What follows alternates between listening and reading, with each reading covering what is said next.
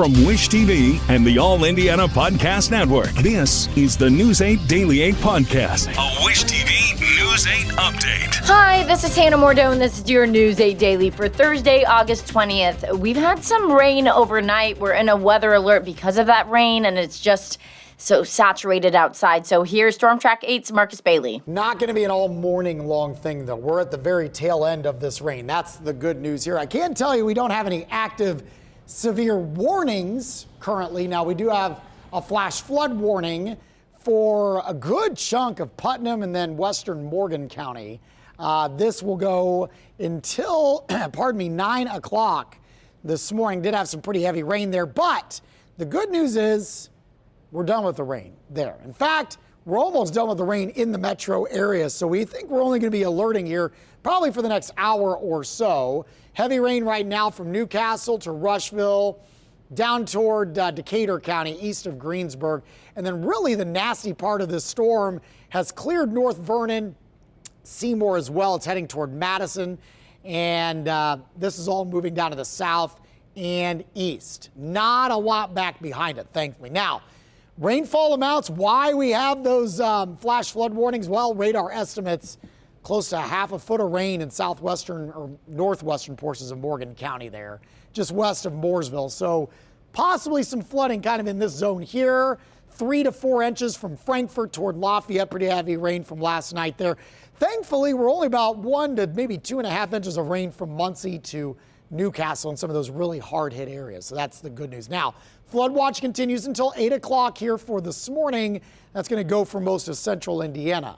Right now, a lot of cloud cover, 66, dew points into the mid 60s. Storm Track 8 Futurecast, as we go hour by hour, shows us the rain kind of scooting out of here by around 8 or 9 o'clock this morning. We're dry. There might be a little bit of fog here and there. As we go into the afternoon, I think we get plenty of sunshine. Really should be a nice finish to the day. 74 at noon and 81 with sunshine later on for the day today. Once we get past the next couple of hours, a really nice stretch of days setting up. Your day moves fast. Your news should too. That's why there's a new and improved Wish TV app, bringing you more local news, breaking alerts, live streaming, weather forecasts, radar, and Indiana sports, all in one place. Customize your news feed to see the stories that matter most to you and get the information you need when you need it. Download the new and improved Wish TV app today on iOS or Android and take News 8 with you everywhere. In Clinton County, emergency management says there is high water and flooding in portions of the county and in the city of Frankfort. The city of Frankfort posted similar warning on social media, saying they've had a lot of rain in a short period of time and that crews are working to block roads and alert drivers of high water. Frankfort police also say they have too many roads affected to list all of them and that people should avoid unnecessary travel right now. In Carmel, the city says the mission to protect critical pipe infrastructure has been successful and that the main sewer line will likely not break. Carmel crews and local engineering partners built a temporary dam that completely spans the water flow. City officials say that the barrier calmed the water around the pipe and eased concerns in the area. The Indiana National Guard were called in to add a second layer of protection. Yesterday, 2 Black Hawk helicopters helped add 73 sandbags, each weighing 2,000 pounds to the area. Those sandbags are now serving as a second backup dam in case the water gets through the first dam. Carmel City engineers now say there is a 90% chance that the pipe infrastructure will not fail. City officials also say the White River is still not cleared for recreational use. Here in Indianapolis, recovery efforts are underway in the Ravenswood neighborhood after last week's flooding, but some parts of it are still underwater. That includes a portion of 75th Street. About 5 to 7 inches of water cover the street there. We spoke with a family whose home is one of the only streets still surrounded by flooding. The owner, Annabelle Zamora, says that about 3 feet of water filled her home at one point. She says she's still trying to be strong, but the flooding is just devastating. Lost everything. I think that the difference is that at this time I worked so hard for all of this, for everything, for the house, for my personal stuff, to provide a home, a house for my kids, and then it's all gone. That's what's really hard. Zamora says her family is waiting for the water surrounding the house to drain so volunteers can come help. In the meantime, the family is living off of donated clothes and food. And we need it to come as fast as possible because the folks that are suffering right now are seriously suffering, and they do need this help, and it's very real. In Anderson, the mayor is calling for state and federal officials to help people whose lives have been turned upside down from the severe flooding. We spoke to 2 families in Anderson whose homes have been destroyed. They hope federal assistance can help get them back on their feet. We have to take the drywall completely out. We have to refloor the bottom, belongings, personal belongings, furniture, guest bedroom, main bedroom, bathroom, kitchen. Like, it's completely destroyed. There's no way that we can come back at any time just because our foundation is completely done for. So unfortunately, me and my parents do not have a home. The Anderson mayor says it's going to take millions of dollars to restore what was lost. In Fayette County, crews from Louisiana are helping people recover from the flooding. News 8's Dante Stanton caught up with the Cajun Navy in Connersville. While much of Connersville is entering the next stage of recovery, the Robinson's Whitewater River campground is still dealing with standing water days and days after the worst of the flood has already come through. Now they're getting help from an unexpected source. We've had the United Cajun Navy. They have been out here, not just once, not just twice, a half a dozen times, but multiple trips during the day. The United Cajun Navy, based out of Louisiana, sending literal truckloads of resources and able-bodied volunteers across the country to Connersville in the wake of last week's floods. United Cajun Navy's Midwest Director, Jacob Rowley, is a key piece of coordinating damage control out of the local Baptist temple and sending much-needed volunteers to the hardest-hit areas. During the week, where volunteer numbers are a little bit down, we'd like to encourage people to come out whenever you can. Areas like this out here really need the help, and we'd love to see as many of you come in, check in, and assist this community as much as you can. Rowley took us to one of their focus areas, the Robinson's Whitewater River campground, a family space torn apart. I would compare this as closer to tornado damage than flood damage because of the fact that the water here was moving quickly, not just standing. You can really tell by the way how twisted stuff up is. Dwayne Robinson has owned the 40-acre campground for 25 years. He could only watch as more than 100 camper trailers on site last week were washed away. Nobody alive today has seen anything like this here. Robinson comparing his campground to an Etch-a-Sketch. And over the course of 25 years, he and his family had built a beautiful picture here. Overnight, somebody bumped that Etch-a-Sketch and erased everything we'd drawn. However, I still have that machine, that Etch-a-Sketch game, and we've decided we're going to build another beautiful picture. Robinson tells us with the kind of help he's gotten so far from the United Cajun Navy, dumpsters, heavy machinery, food, and supplies, what took a quarter century to build will be standing soon again. And it will not take 25 years. We're telling everybody, give us a call in 1 year from right now. And I bet you 10 to 1, there'll be campers able to come back. If you'd like to lend a hand, you can go to thecajunnavy.org. They will take donations, volunteer help, whatever you can give to help communities like this one get back on their feet. Reporting in Connersville for Wish TV and WishTV.com, I'm Dante Stanton. Connersville Mayor Chad Frank is warning people of predatory behavior targeting flood victims. In a Facebook reel, Frank says one person in the real estate business has been lowballing offers for properties. He says that kind of behavior can be illegal, and if it's not stopped, he will turn the person over to the Attorney General. Frank also says any work with contractors needs to have a contract that can be canceled within 3 days, has deadlines, and lists any expansions to the work demanded. Without those things, a contractor could surprise people with a large bill. Frank says if that happens, he will turn the contractor over to the Attorney General. Frank also says to make sure contractors are going door to door, if they are doing that they have a permit from City Hall. If not, he says that you should call authorities right away.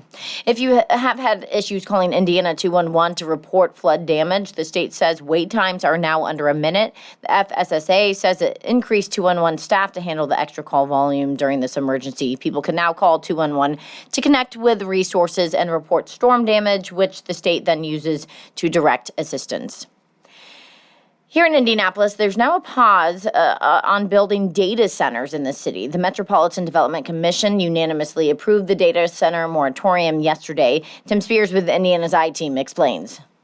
This moratorium means Indianapolis has put a pause on all new data center developments through the end of 2027.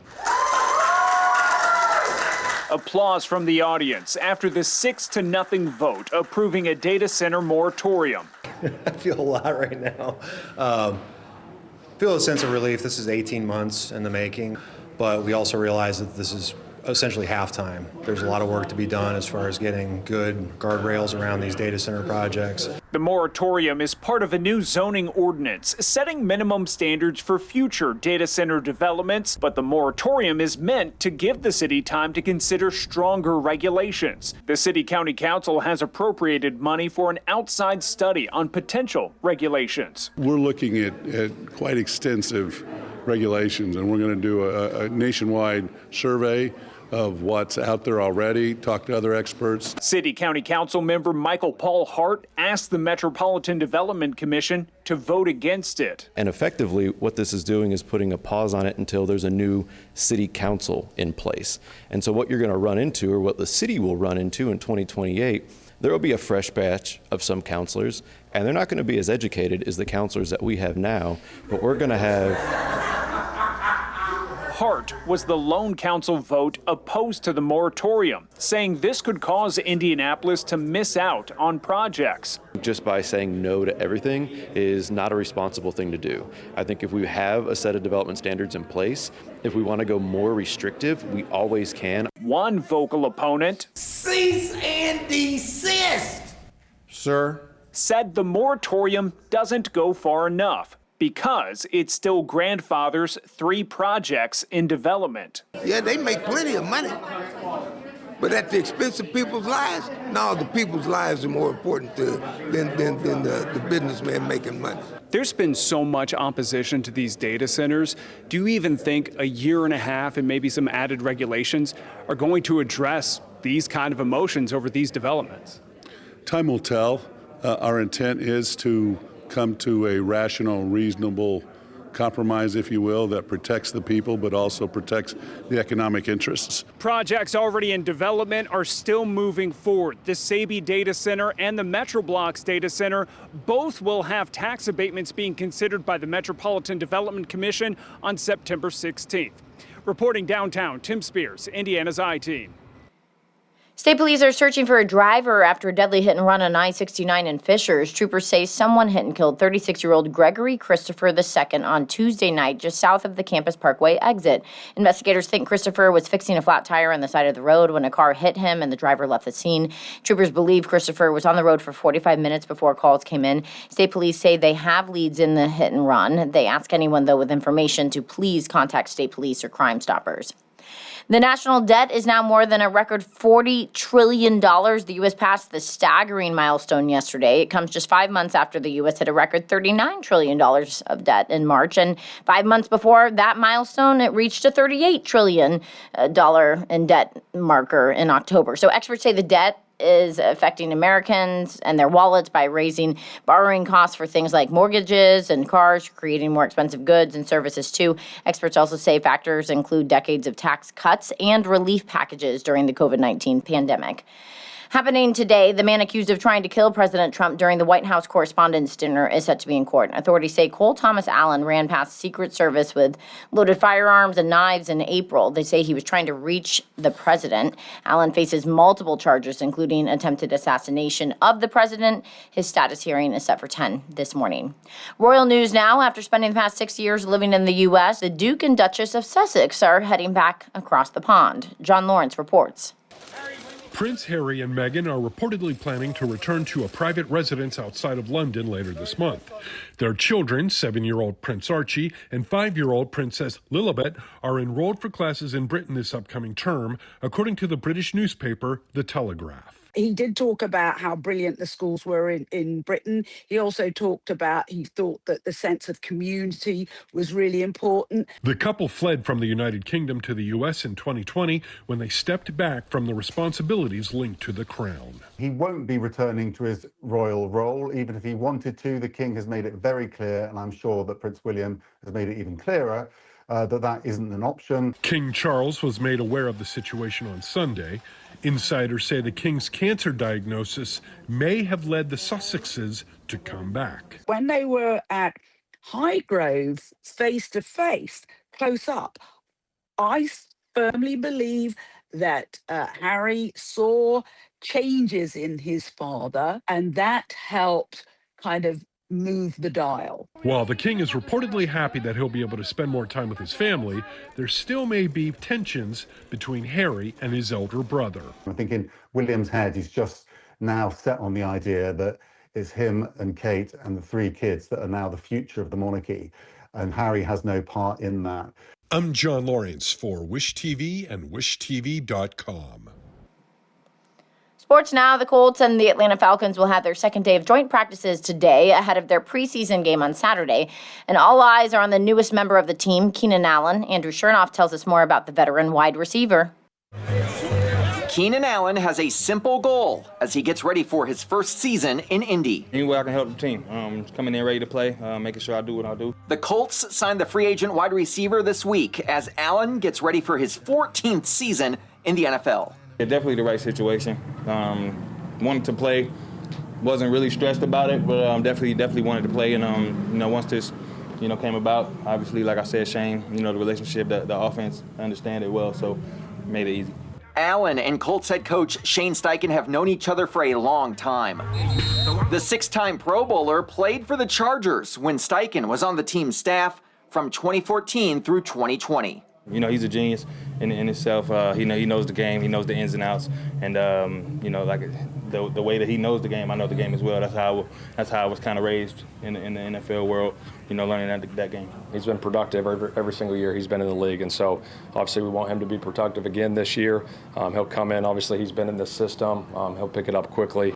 Allen did not practice on this field behind me on Wednesday, but the plan is for him to do some individual work on Thursday. And once he suits up, his Colts teammates, like quarterback Daniel Jones, are excited to see what he can do. He's a bigger body guy and can create separation. I think, I think on third down, he's been huge. Just another guy who knows how to get open and create space. I think that's helpful to have. Definitely will be an important asset for us. The signing also gives Jones another weapon as receiver Alec Pierce continues to recover from ankle surgery. Steichen says, though, Allen's signing is not indicative of where Pierce is in his recovery. Alec's in a great spot right now. He's moving around really good, so hopefully we'll have him back sooner than later. And once Pierce is back, the Colts will be even more excited about their group of wide receivers. Andrew Chernoff, Wish TV and WishTV.com. Happening today, the LIV Golf Indianapolis tournament tees off at the club at Chatham Hills in Westfield. Organizers say they're expecting a near sellout crowd. They had more than 60,000 people go to last year's tournament. We know that this is a sports town. People show up, they love competition, and so we're extremely excited to be able to bring that back. Last year it generated over $35 million in economic impact directly into our community. This is now the last tournament of the season for LIV Golf. The one that was supposed to be in Michigan next is canceled. That means individual and team winners will be crowned at the end of this weekend's tournament. The shotgun start is at 1:15 for the first round of the tournament today. This has been your News 8 Daily from Wish TV. I'm Hannah Mordeau. Watch us on Wish TV and WishTV.com.